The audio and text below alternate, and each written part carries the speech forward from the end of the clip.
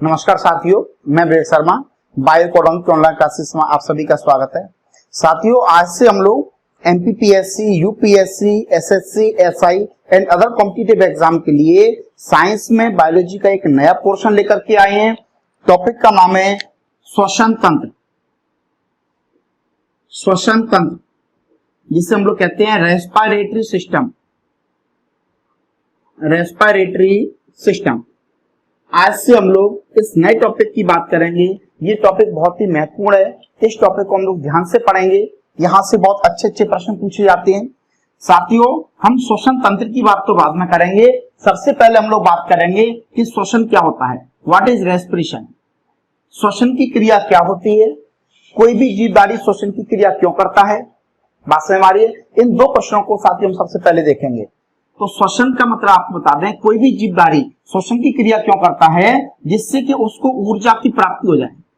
कोई भी जीवधारी ऊर्जा की प्राप्ति के लिए, energy requirement, for energy requirement,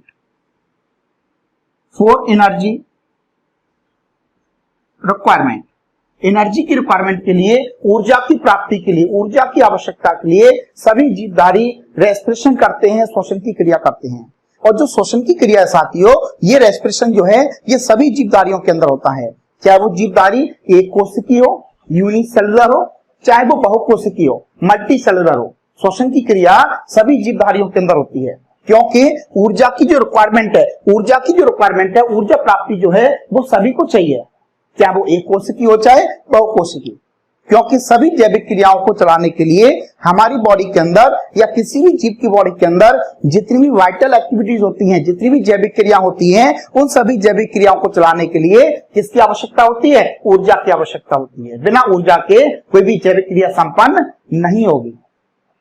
तो साथियों, आपको इतनी सी बात क्लियर हुई कि कोई भी जीवधारी श्वसन की क्रिया क्यों करता है, जिससे कि उसको क्या मिल सके, ऊर्जा मिल सके। दूसरा प्रश्न हमारा आता है कि श्वसन कहते किसे हैं। तो साथियों, हम लोग जान लें, श्वसन एक जैविक क्रिया है। श्वसन एक जैव रासायनिक क्रिया है। कैसी क्रिया है, जैव रासायनिक, बायोकेमिकल प्रोसेस है। बायोकेमिकल प्रोसेस है। श्वसन एक जैव रासायनिक क्रिया है जिसमें सभी जीवधारी ऊर्जा प्राप्ति के लिए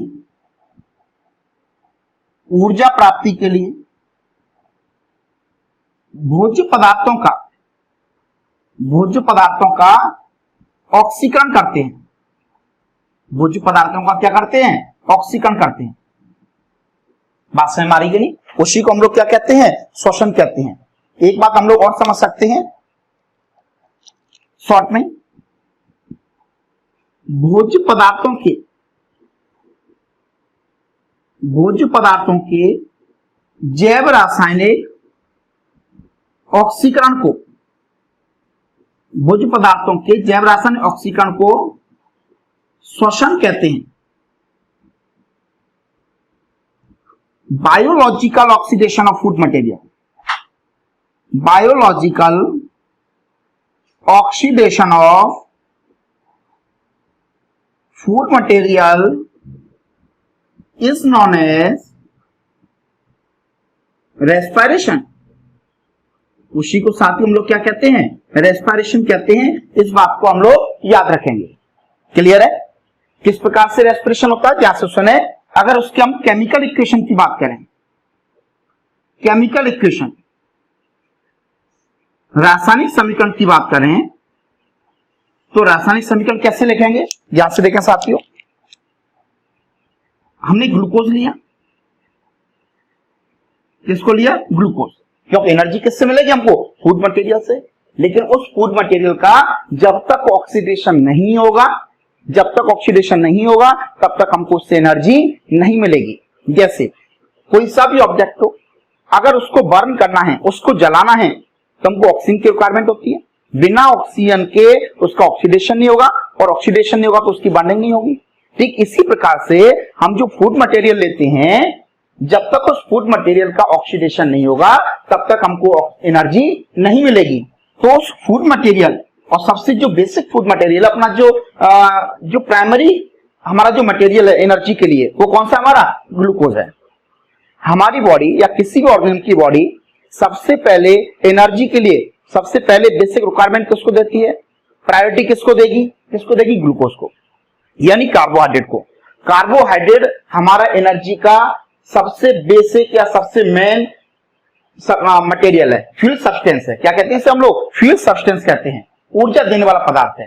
तो कार्बोहाइड्रेट के बाद किसका नंबर आता है, फैट का आता है, और फैट के बाद किसका आएगा, प्रोटीन का। तो हमारा जो ग्लूकोज है ये ग्लूकोज ऑक्सीजन की प्रेजेंस में, ग्लूकोज क्या होता है, ऑक्सीजन की प्रेजेंस में क्या होगा, ब्रेकडाउन होगा। और जब ये ग्लूकोज ऑक्सीजन की प्रेजेंस में ब्रेकडाउन होगा, ऑक्सीजन की उपस्थिति में टूटेगा, तो ये पूरी तरीके से टूट जाएगा, इसका कंप्लीट ऑक्सीडेशन हो जाएगा। और इसके ऑक्सीडेशन से क्या बनेगा, 6CO2 और 6H2O। साथ में 38 क्या निकलते हैं, एटीपी निकलते हैं। 38 क्या निकलेंगे, एटीपी निकलते हैं। ATP is the energy, ATP क्या है, एनर्जी है। एटीपी को ऊर्जा की मुद्रा भी कहते हैं।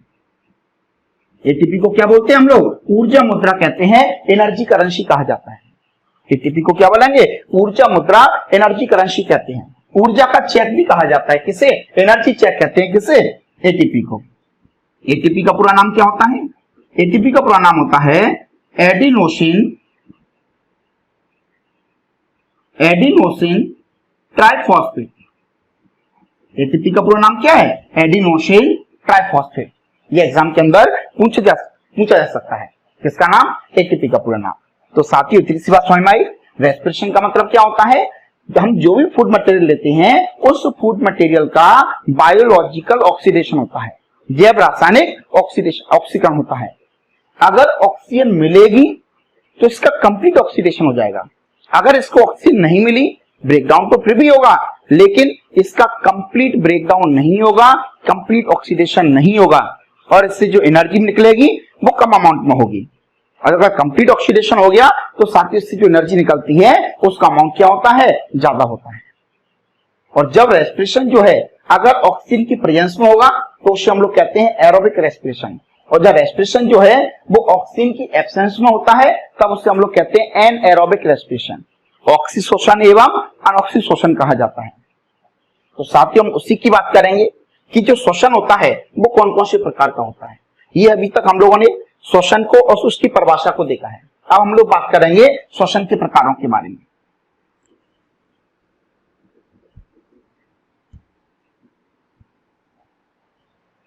टाइप्स ऑफ रेस्पिरेशन,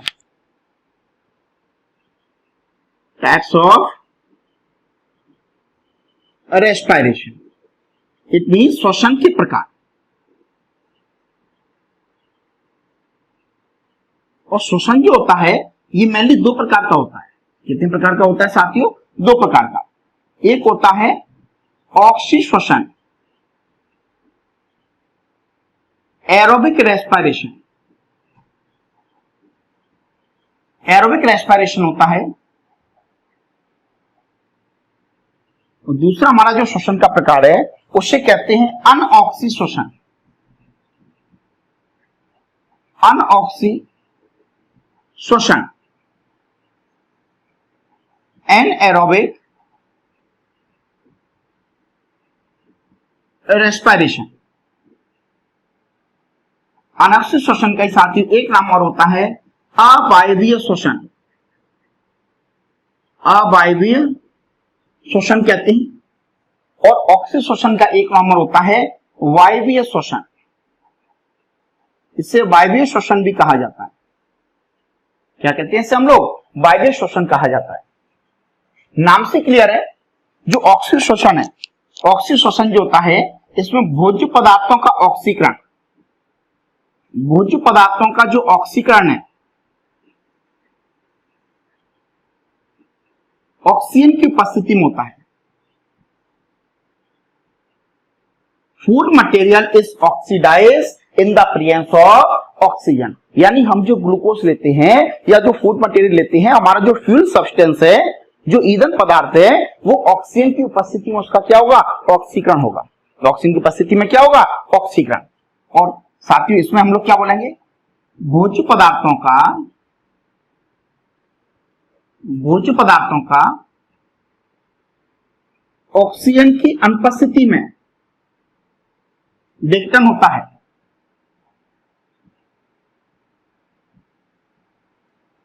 बात से हमारी भोज्य पदार्थों का ऑक्सीजन की अनुपस्थिति में क्या होगा, ब्रेकडाउन होगा।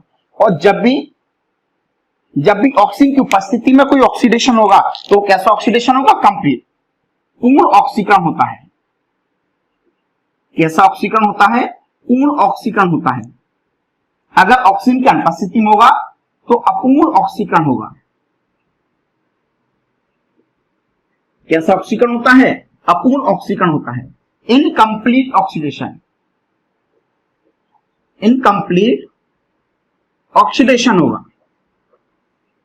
और ऑक्सीजन की उपस्थिति में कैसा होगा, कंप्लीट ऑक्सीडेशन होगा। इस बात को साथियों हम लोग याद रखेंगे। किसी भी पॉइंट को रटने की आवश्यकता नहीं है, हम उसकी बेसिक को लेकर चलेंगे। अगर आपने ऑक्सीजन और अनोक्सी का बेसिक समझ लिया तो आपको कहीं कोई दिक्कत नहीं आएगी। और बेसिक क्या है, आप लोग केवल एक ही चीज को याद रखें। वो बेसिक चीज क्या है, इसका रासायनिक समीकरण।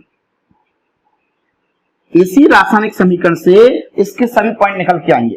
रासायनिक समीकरण क्या कहता है कि जो ग्लूकोज लेते हैं, अगर वो ग्लूकोज ऑक्सीजन की प्रेजेंस में ब्रेकडाउन होता है, जो ग्लूकोज है अगर वो ऑक्सीजन की प्रेजेंस में ब्रेकडाउन होता है तो उससे क्या बनेगा, 6CO2 और 6H2O, साथ में 38 ATP निकलेंगे। अगर यही ग्लूकोज ऑक्सीजन की एब्सेंस में ब्रेकडाउन होता है, C6H12O6, ऑक्सीजन नहीं है, इस ग्लूकोज को ऑक्सीजन नहीं मिलेगी तो इसका कैसा ऑक्सीडेशन होगा साथियों, इनकम्प्लीट ऑक्सीडेशन। इससे क्या बनेगा, 2C2H5OH। इससे बोला जाता है इथाइल एल्कोहल। इथाइल एल्कोहल, साथ में 2CO2 और 2 ATP, साथ में क्या निकलेंगे, 2 ATP निकलेंगे। ये ग्लूकोज ऑक्सीजन की प्रेजेंस में क्या हो रहा है, ब्रेकडाउन हो रहा है। और ये जो ग्लूकोज है ये ऑक्सीजन की एब्सेंस में क्या हो रहा है, ब्रेकडाउन हो रहा है। अब देखो जितने भी पॉइंट हैं इस समीकरण को देख करके बनेंगे। अगर इक्वेशन आपको याद है तो कहीं आपको रटना नहीं पड़ेगा। आपको पीएससी के अकॉर्डिंग बता दें, पीएससी में रिटन एग्जाम में क्वेश्चन पूछे जा सकता है कि एरोबिक और एनएरोबिक रेस्पिरेशन में क्या डिफरेंस होता है। जब वहां पर पूछा जाता है तो हमको कम से कम लिमिटेड शब्दों के अंदर सारी बातों को कहना होता है। उसके लिए हम बिल्कुल बेसिक पॉइंटों को लेकर के चलेंगे। ये जो एरोबिक रेस्पिरेशन है, ऑक्सीश्वसन है, इसके लास्ट में क्या जाके बना है, इसका एंड प्रोडक्ट क्या होता है, अंतिम उत्पाद CO2 और H2O। तो वही लिखेंगे, इसका अंतिम उत्पाद CO2 और H2O होता है। और इसका अंतिम उत्पाद क्या होता है, इथाइल एल्कोहल और CO2 होता है। इसका अंतिम उत्पाद इथाइल एल्कोहल एंड CO2 होता है। क्लियर है साथियों, इतनी सी बात हमको देख करके लिखना है, कहीं कोई दिक्कत नहीं है। अगला पॉइंट, इसमें कितने एटीपी निकलेंगे, 38। इसमें 38 एटीपी का निर्माण होता है। और इसमें कितने एटीपी बनाएंगे साथियों, केवल 2 एटीपी। इसमें 2 एटीपी का निर्माण होता है। हमको कोई भी पॉइंट नहीं रटना है, नाम से क्लियर है। ऑक्सीश्वसन यानी ऑक्सीजन की उपस्थिति में होगा, अनऑक्सीश्वसन ऑक्सीजन की अनुपस्थिति में होगा। ऑक्सीजन की अनुपस्थिति ध्यान रखना है। और इसमें क्या है, ऑक्सीजन की, ये जो ऑक्सीजन है ऑक्सीजन की उपस्थिति में होगा, इस बात को ध्यान रखेंगे। जब ऑक्सीजन होगा तो उसका कंप्लीट ऑक्सीडेशन होगा, और ऑक्सीजन नहीं होगी तो उसका कैसा ऑक्सीडेशन होगा, इनकम्प्लीट ऑक्सीडेशन। इसका फाइनल प्रोडक्ट अंतिम उत्पाद बनेगा CO2 और H2O। इसका फाइनल प्रोडक्ट बनेगा इथाइल एल्कोहल और CO2।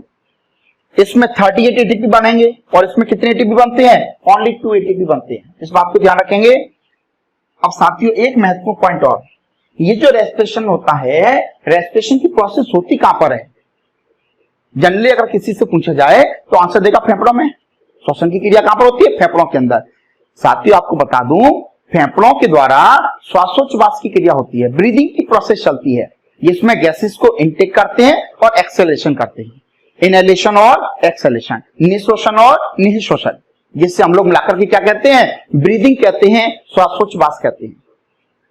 फेफड़े हमारे केवल श्वसन अंग हैं जो कि गैसों को केवल लाने ले जाने का काम करते हैं। क्लियर है? ऑक्सीजन को अंदर लेके जाते हैं, CO2 को बाहर निकालते हैं। सही जो रेस्पिरेशन की प्रोसेस है वो कौन सा होता है, सेलुलर रेस्पिरेशन, कोशिकीय श्वसन होता है। और कोशिकीय श्वसन की जो क्रिया होती है वो हमारी कहां पर होगी, सेल के अंदर होती है। और सेल में भी कहां पर, आपने नाम सुना होगा माइटोकॉन्ड्रिया। माइटोकॉन्ड्रिया को power house of the cell कहते हैं। क्यों कहते हैं, क्योंकि इसी माइटोकॉन्ड्रिया के अंदर जब रेस्पिरेशन होगा तो एटीपी की फॉर्म में क्या निकलेगी, एनर्जी निकलती है। इसलिए माइटोकॉन्ड्रिया को क्या कहते हैं हम लोग, power house of the cell कहते हैं। ये पॉइंट तो हम लोग शुरुआत से पढ़ते चले आ रहे हैं। तो जो श्वसन की क्रिया है, जो ऑक्सीजन श्वसन है, एरोबिक रेस्पिरेशन है, ये एरोबिक रेस्पिरेशन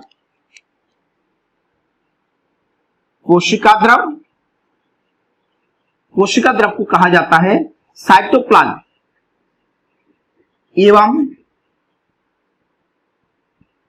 माइटोकॉन्ड्रिया। कोशिका द्रव और माइटोकॉन्ड्रिया में संपन्न होती है। ये क्रिया कहां पर होती है, कोशिका द्रव और माइटोकॉन्ड्रिया में संपन्न होती है। और अनोक्सिक श्वसन जो है यह केवल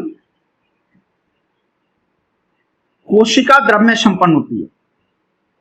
कोशिका द्रव्य में संपन्न होती है। क्लियर साथ में इसी बात, ये जो डिफरेंस आपके सामने लिखे हैं, एरोबिक और एनारोबिक रेस्पिरेशन, इसमें से हमारे बहुत सारे क्वेश्चन बन जाते हैं।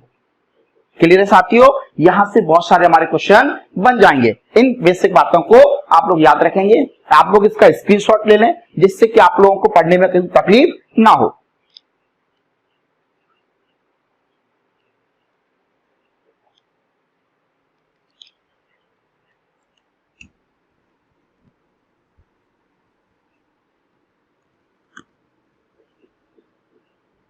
साथियों, इसके अलावा हम लोग थोड़ा सा बेसिक बात करेंगे कि श्वसन की जो क्रिया है ये माइटोकॉन्ड्रिया में कहां संपन्न होती है। कुछ विद्यार्थियों ने, जिन्होंने सेल का टॉपिक नहीं पढ़ा है, उन विद्यार्थियों को थोड़ा सा तकलीफ होगी, इसलिए वो समस्या आपको ना आए, इसलिए आपको मैं पहले माइटोकॉन्ड्रिया के बारे में एक बेसिक जानकारी दे देता हूं कि माइटोकॉन्ड्रिया क्या होता है, उसकी संरचना कैसी है। क्योंकि उसी माइटोकॉन्ड्रिया के अंदर रेस्पिरेशन की प्रोसेस होती है, श्वसन की क्रिया होती है। माइटोकॉन्ड्रिया जो है वो चाहे प्लांट सेल हो चाहे एनिमल सेल हो, सभी के अंदर प्रेजेंट होता है। और माइटोकॉन्ड्रिया सेल का सेकंड लार्जेस्ट क्या होता है, सेल ऑर्गेनल्स है। एनिमल सेल के अंदर, प्लांट सेल के अंदर सेकंड लार्जेस्ट कौन है, क्लोरोप्लास्ट होता है। बात समझ में आ रही है? सबसे बड़ा कौन होता है, न्यूक्लियस होता है। और एनिमल सेल के अंदर सेकंड लार्जेस्ट जो सेल ऑर्गेनल्स है वो कौन सा है, अपना माइटोकॉन्ड्रिया है। माइटोकॉन्ड्रिया जो होता है ये हमारा डबल मेम्ब्रेन सेल ऑर्गेनल्स होता है। दोहरी झिल्ली वाला क्या होता है, कोशिकांग होता है। डबल मेम्ब्रेन सेल ऑर्गेनल्स होता है। ये माइटोकॉन्ड्रिया को हमने कट करके देखा है। माइटोकॉन्ड्रिया को हम थोड़ा सा कट करके देखेंगे। ये माइटोकॉन्ड्रिया की इनर स्ट्रक्चर है,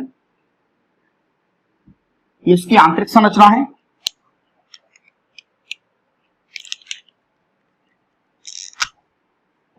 ये इसके अंदर का लिक्विड है जिससे हम लोग मैट्रिक्स कहते हैं। माइटोकॉन्ड्रिया का इनर स्ट्रक्चर हम लोग देख रहे हैं।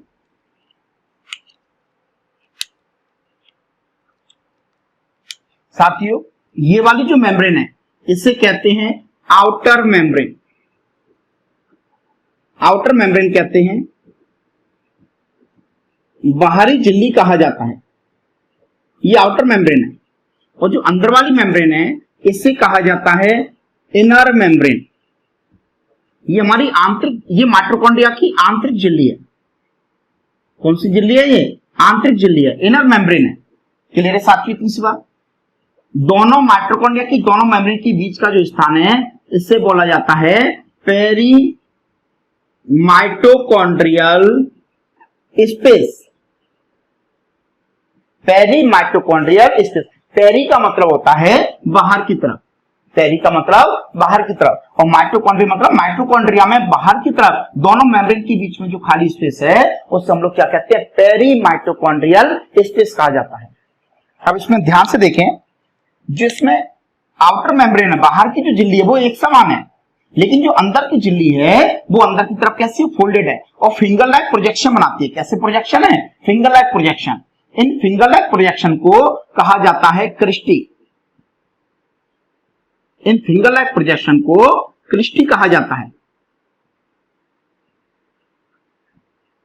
क्रिस्टी कहते हैं। ये जो क्रिस्टी होते हैं, ध्यान रखना है, ये माइटोकॉन्ड्रिया के अंदर का जो सरफेस होता है उससे इंक्रीज कर देते हैं। ये क्रिस्टी क्या करेंगे, माइटोकॉन्ड्रिया के अंदर के स्पेस को इंक्रीज कर देते हैं। इसके अलावा इन क्रिस्टी के ऊपर कुछ इस तरह के छोटे छोटे रैकेट के साइज के पार्टिकल्स लगे होते हैं। रैकेट के साइज की क्या होती है, इसमें पार्टिकल्स लगे होते हैं। इन रैकेट लाइक पार्टिकल्स को बोला जाता है F1 पार्टिकल। क्या कहते हैं इनको, F1 पार्टिकल। या इसी का एक नाम और होता है ऑक्सीसोम। इसी को क्या कहते हैं, ऑक्सीसोम कहा जाता है, ऑक्सीसोम कहते हैं। क्लियर है। इसी F1 पार्टिकल के अंदर रेस्पिरेशन का ETS साइकिल चलेगा। कौन सा साइकिल चलेगा, ETS साइकिल। इसके अलावा इसके अंदर ये जो लिक्विड है, इस लिक्विड को बोला जाता है मैट्रिक्स। क्या कहते हैं इसको, मैट्रिक्स कहा जाता है, आधात्री कहते हैं। ये आधात्री है, मैट्रिक्स है, ये पेरीमाइटोकॉन्ड्रियल स्पेस है। क्लियर सी बात। और इसी मैट्रिक्स के अंदर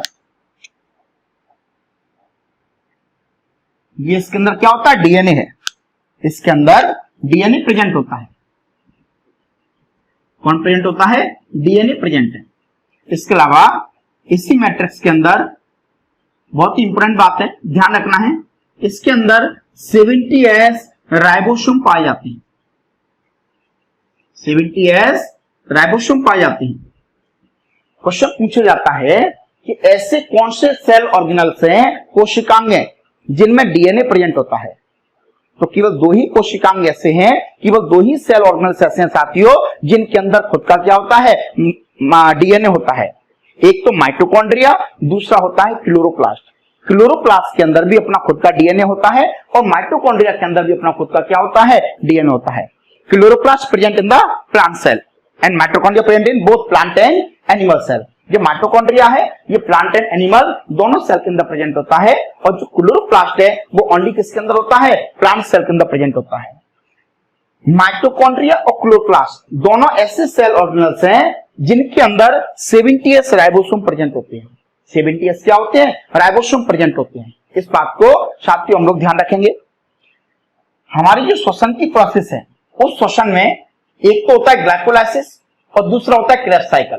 क्रेब्स साइकिल जो होता है, क्रेब्स साइकिल की जो प्रोसेस चलती है वो इसी माइटोकॉन्ड्रिया के मैट्रिक्स में चलती है। इस मैट्रिक्स में श्वसन का कौन सा चक्र, क्रेब्स चक्र, क्रेब्स चक्र संपन्न होता है। और इसी क्रेब्स चक्र में क्या निकलती है, एटीपी निकलते हैं। जब ये क्रेब्स चक्र चलेगा तो इसमें NADH2, FADH2 निकलेंगे, जो कि ETS साइकिल में जाकर के इलेक्ट्रॉन ट्रांसपोर्ट सिस्टम के अंदर जाकर के किसको निकालेंगे, एटीपी को रिलीज करते हैं। किसको रिलीज करेंगे, एटीपी को रिलीज करते हैं। ध्यान रखना है कि एक जो NADH2 होता है उसके द्वारा 3 एटीपी रिलीज होते हैं, और एक जो FADH2 होता है उसके द्वारा 2 एटीपी क्या होते हैं, रिलीज होते हैं। ये एक तरह से एनर्जी के पैकेट है।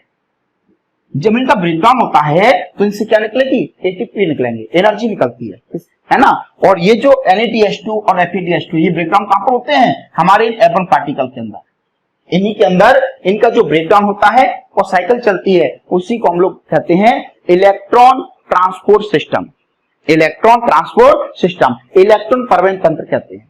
आगे हम लोग इसकी चर्चा करेंगे, ठीक है। तो साथियों आज के लेक्चर में अभी हमने बात की रेस्पिरेशन क्या होता है, श्वसन किसे कहते हैं, श्वसन की क्रिया कोई भी जीवधारी क्यों करता है, श्वसन की क्रिया कहां पर संपन्न होती है। इसके अलावा हमने ऑक्सी एवं अनॉक्सी श्वसन की बात की और साथ ही साथ माइटोकॉन्ड्रिया की बात की, क्योंकि इसी माइटोकॉन्ड्रिया के अंदर रेस्पिरेशन ऑक्सीश्वसन जो है उसका क्रेब्स चक्र क्या होता है, संपन्न होता है। इसी माइटोकॉन्ड्रिया को हम लोग क्या कहते हैं, power house of the cell कहते हैं, power house of the cell कहा जाता है। इस बात को हम लोग याद रखेंगे। बाकी माइटोकॉन्ड्रिया की और जो बेसिक जानकारी है वो आपको जब सेल का टॉपिक पढ़ाया था तो उसमें दी गई थी, ठीक है क्या नहीं साथियों। जिन लोगों ने सेल का टॉपिक नहीं पढ़ा है उनको सेल का टॉपिक पहले पढ़ लेंगे तो आगे के टॉपिक ज्यादा अच्छी समझ में आ जाएंगे। ठीक है साथियों, धन्यवाद।